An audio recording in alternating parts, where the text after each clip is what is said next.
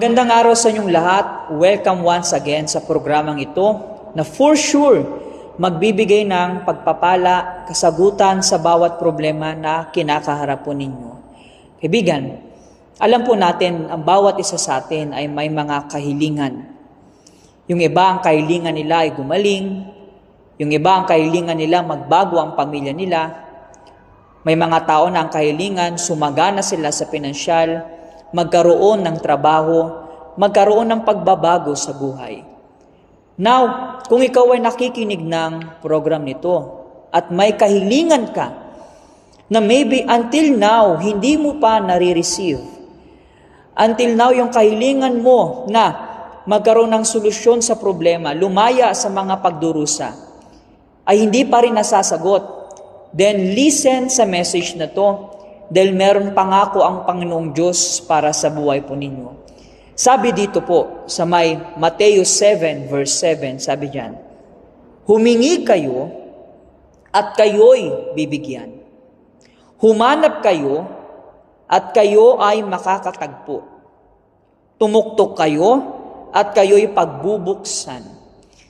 So dito po sinasabi ng Diyos sa atin na kapag tayo daw ay humingi, tatanggap tayo mula sa Kanya. Kapag tayo ay naghanap, makakatagpo tayo. Kapag tayo ay kumatok, pagbubuksan tayo. Maybe you are saying, but Pastor, hindi yan yung reality ng buhay ko. Many times ako ay humihingi ng tulad ng sabi mo, kagalingan, pagbabago, kalayaan, solusyon sa problema, pero para bang hindi ko nakikita ang kasagutan na yan. Ano ba, Pastor, ang nangyayari? You see, sinabi po dito na pagbibigyan kayo, ikaw na humingi. Makakahanap ka, ikaw na naghahanap. Pagbubuksan ka, ikaw na kumakatok. Pero hindi sinabi ng Diyos kung kailan.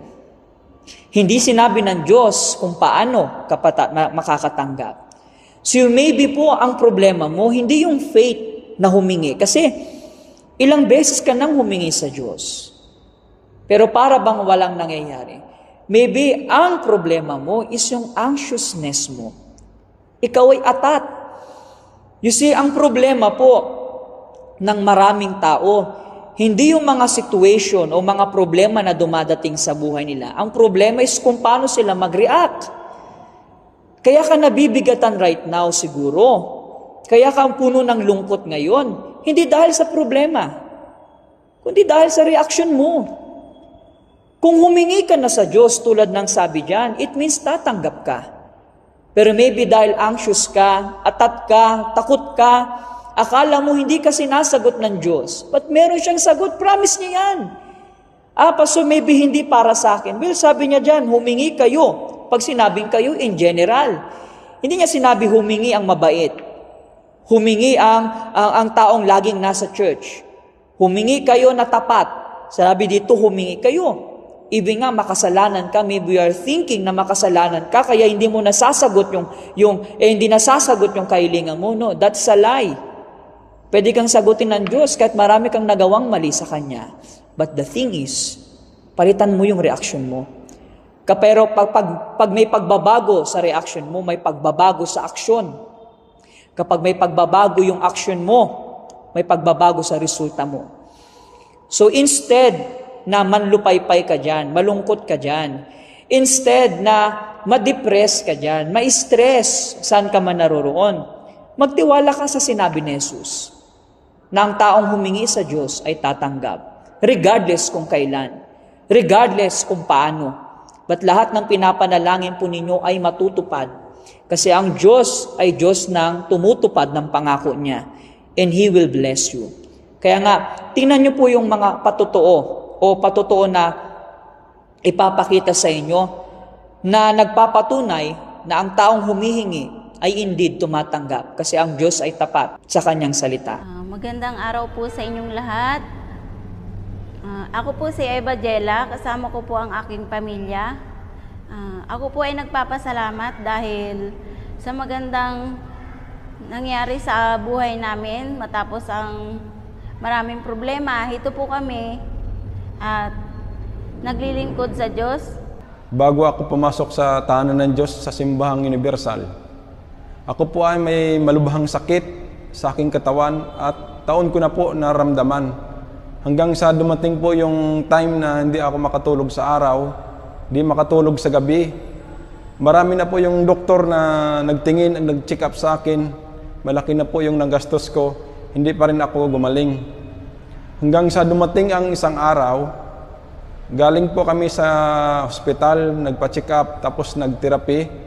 Nadaanan po namin ang tahanan ng Diyos sa Simbahang Universal. Pumasok po kami at humingi ng panalangin sa lingkod ng Diyos at pinahira niya ng banal na langis kung saan masakit ang parte ng aking katawan.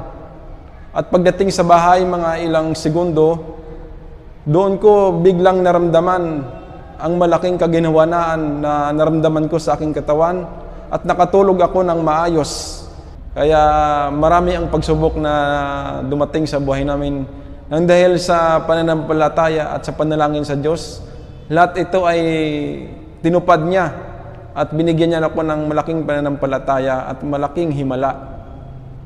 Hanggang sa natuloy ang aking operasyon, higit sa lahat, mabilis ang aking pagaling at pag-recover sa aking sakit. Kaya doon ko napatunayan na nagpapasalamat ako sa Panginoong Diyos sa malaking himala na binigay niya sa akin. Dito ko po natagpuan yung kapayapaan ng pamilya namin at kasiyahan. At ngayon po, heto po kami sa inyong harapan naglilingkod dito sa tahanan ng Diyos, sa simbahan ng Universal. Maraming salamat po sa inyo.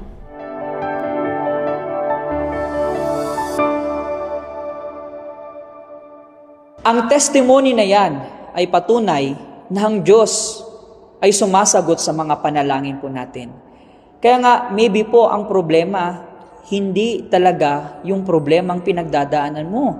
Ang talagang problema mo ay ang reaction mo. Kaibigan, magtiyaga ka. Maghintay ka sa paraan ng Diyos, sa tamang panahon ng Diyos. Kaya ka siguro po nai-stress lalo, nabibigatan lalo. Dahil sa sobrang pag-aalala kung paano maresolbahan ang mga problema mo. Kaibigan, kung humingi ka sa Diyos, Diyos ang sasagot. Diyos ang magbibigay ng mga pagpapala na kinakailangan po ninyo. Magtiwala ka sa panahon niya, magtiwala ka sa oras niya, sa pagkilos niya, dahil ang Diyos ay hindi pumapalya.